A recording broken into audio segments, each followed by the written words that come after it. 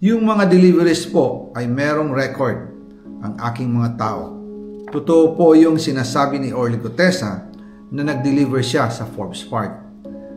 Totoo din po ang sinasabi ni Orly Gutesa na nag-deliver siya sa Malacanang nung siya ay nasa Senado. Para mapatunayan ang mga litrato na deliveries ay ilalabas ko po together with this video.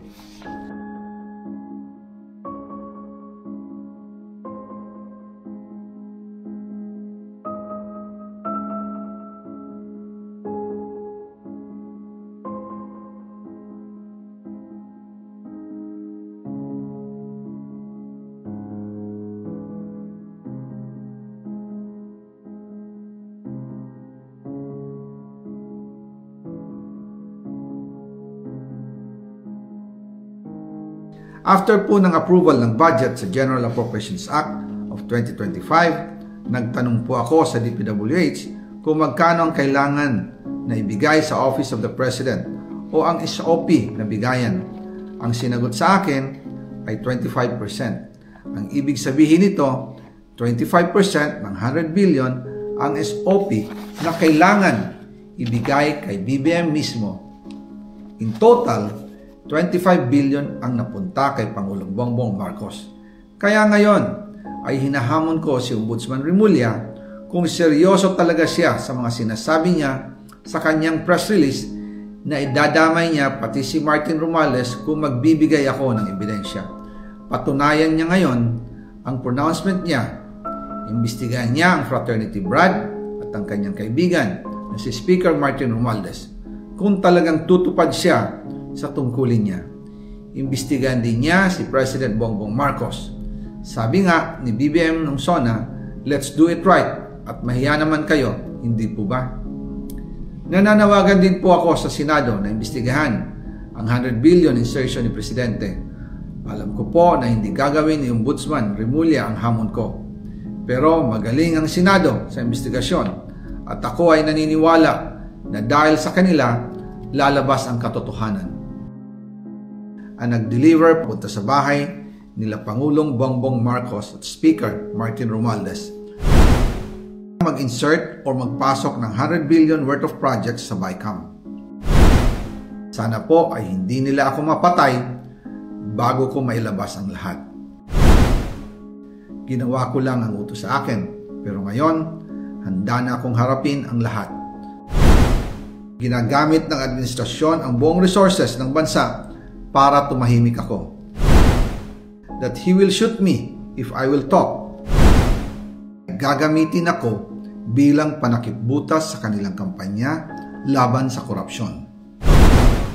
Hindi na ako mananahimik, ilalabas ko ang lahat ng katotohanan. May resibo, may ebidensya, at may pangalan. Again, I informed the Speaker and asked clearance about the instructions ng Pangulo. At ang sabi niya, wala tayong magagawa. Kaya po nagtataka ako kung bakit sinasabi ni Pangulo na hindi niya makilala ang budget, samantalang lahat na binawas at dinagdag sa mga ahensya ng gobyerno ay humihingi ng approval sa kanya si Sec. Mina Pangandaman. Bago namin ginawa o tinapos ni Senator Chis Escudero during the BICAM. Sinabi pa ni Sec. Mina, everything is cleared with the President. Basta importante, pasok ang pondo na request ng Pangulo. The following day, sinabi ni Sec. Mina, approve na si Presidente BBM sa lahat na binawasan na ahensya. Masaya na ang Pangulo dahil naipasok ang gusto niyang 100 billion insertion. Wala pong perang napunta sa akin. Lahat po ng insertion napunta sa ating Pangulo at Speaker Martin Romualdez. Ako lang at ang aking mga tao, sila Paul Estrada, Mark Tiksay, at ang aking mga security ang nag-deliver papunta sa bahay nila Pangulong Bongbong Marcos at Speaker Martin Romualdez sa North Forbes Park, South Forbes Park, hanggang sa Malacanang. Yung mga deliveries po ay merong record ang aking mga tao. Totoo po yung sinasabi ni Orly Gutesa na nag-deliver siya sa Forbes Park. Totoo din po ang sinasabi ni Orly Gutesa na nag-deliver siya sa Malacanang nung siya ay nasa Senado. Para mapatunayan ang mga litrato na deliveries ay lalabas ko po together with this video.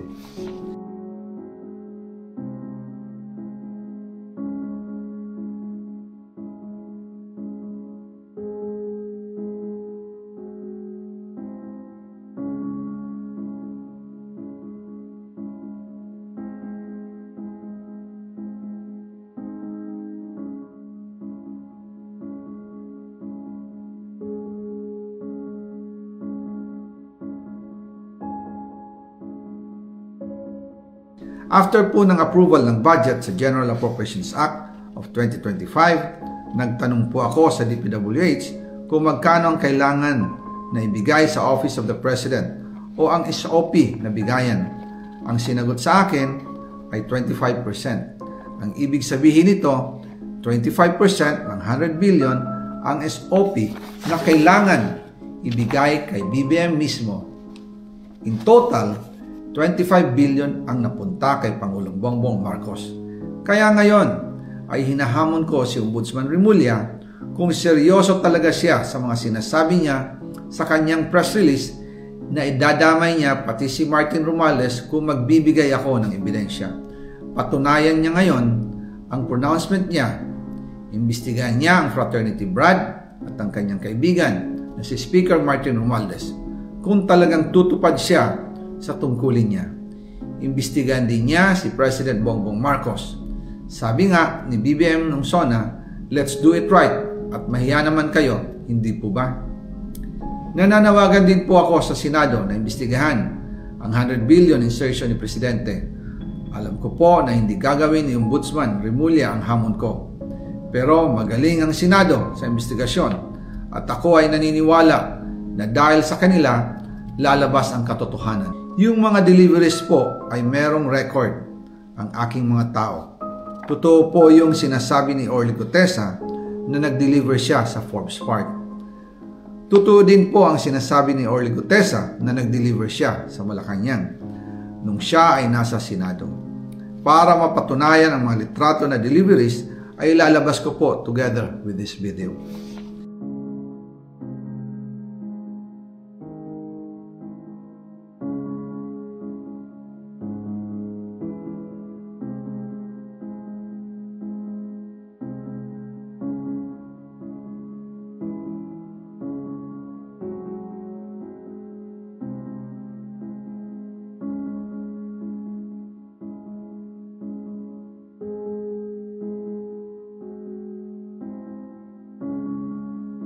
After po ng approval ng budget sa General Appropriations Act of 2025, nagtanong po ako sa DPWH kung magkano ang kailangan na ibigay sa Office of the President o ang SOP na bigayan.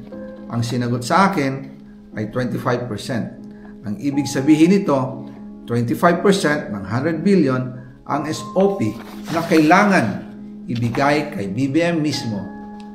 In total, 25 billion ang napunta kay Pangulong Bongbong Marcos.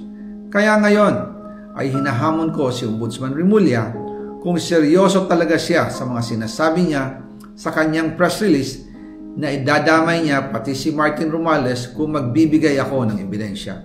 Patunayan niya ngayon ang pronouncement niya. Imbestigahan niya ang fraternity Brad at ang kanyang kaibigan na si Speaker Martin Romualdez kung talagang tutupad siya sa tungkulin niya. Imbestigahan din niya si President Bongbong Marcos. Sabi nga ni BBM nung SONA, let's do it right at mahiya naman kayo, hindi po ba? Nananawagan din po ako sa Senado na imbestigahan ang 100 billion insertion ni Presidente. Alam ko po na hindi gagawin ni Ombudsman Remulla ang hamon ko. Pero magaling ang Senado sa investigasyon at ako ay naniniwala na dahil sa kanila, lalabas ang katotohanan.